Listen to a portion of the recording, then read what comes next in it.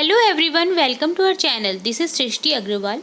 तो मैं आप सभी क्लास 6 एंड 7 के लिए लेकर आई थी प्रभा सब्जेक्ट इंग्लिश की वर्कबुक की सॉल्यूशन, जिसमें हमने वर्कशीट 11, 12 तक कंप्लीट सॉल्यूशन देख लिया था। आगे बढ़ते हुए देखेंगे हम वर्कशीट 13, 14, 15 का सॉल्यूशन।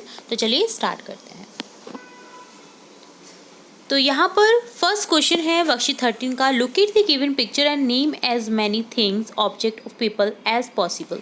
आपको यहाँ पर एक पिक्चर दी गई है जिसमें आपको कुछ लोग दिखाई दे रहे हैं, कुछ सब्जी वाले हैं, कुछ मछली बेचने के लिए हैं, कुछ फ्रूट बेच रहे हैं, मंदिर बना हुआ है, ठीक है, लोग खरीदारी कर रहे हैं, ठीक है।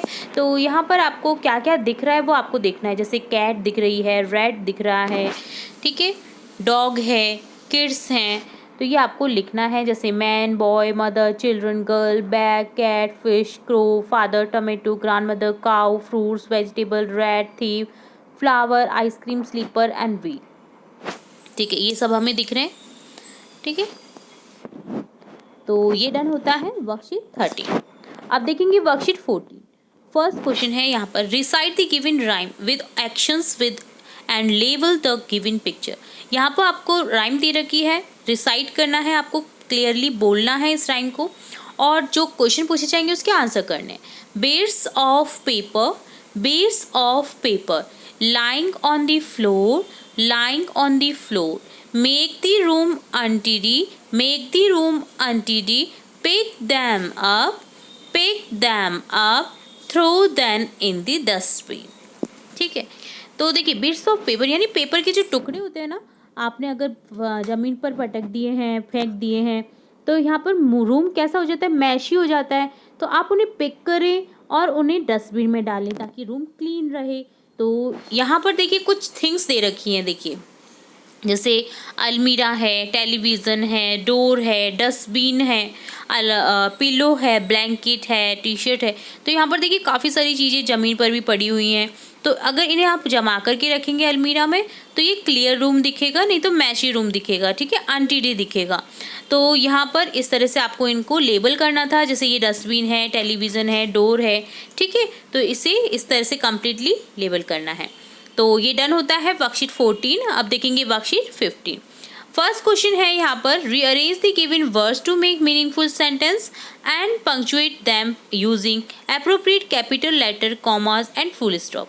यहाँ पर आपको कुछ सेंटेंस दिए जाएंगे, मीनिंगफुल सेंटेंस में कन्वर्ट करना है, और यहाँ पर आपको ध्यान रखना है कि पंक्चुएशन मार्क जहाँ नहीं है वहाँ पर आपको पंक्चुएशन मार्क भी लगाना है, ठीक है।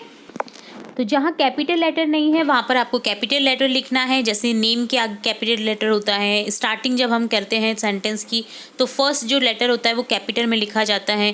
जहाँ ठहराव होता है वहाँ कॉमा लगाया जाता है, फुल स्टॉप लगाया जाता है एंडिंग सेंटेंस में, ठीक है। तो ये चीज़ें ध्यान रखनी है। जैसे एग्जाम्पल है यहाँ पर, fair to I went yesterday village a, तो ये मीनिंगफुल सेंटेंस यहाँ पर बनेगा, yesterday I went to a village fair, मैं कल विलेज फेयर में यानी गांव के मेले में गया था, ठीक है। तो इसी तरह से आपको सेंटेंस बनाने हैं। जैसे यहाँ बन जाएगा, I sat on the merry go round. Merry go round जो राउंड राउंड वाला झूला होता है, सबसे बड़ा वाला जो लगता है उसे बोलते हैं मैरी गो राउंड। तो मैं बैठा था कहाँ पर, मैरी गो राउंड में, राउंड के ऊपर, ठीक है। तो वहाँ पर झूले के ऊपर ही बैठा जाता है, तो यहाँ पर ऑन का यूज़ किया गया।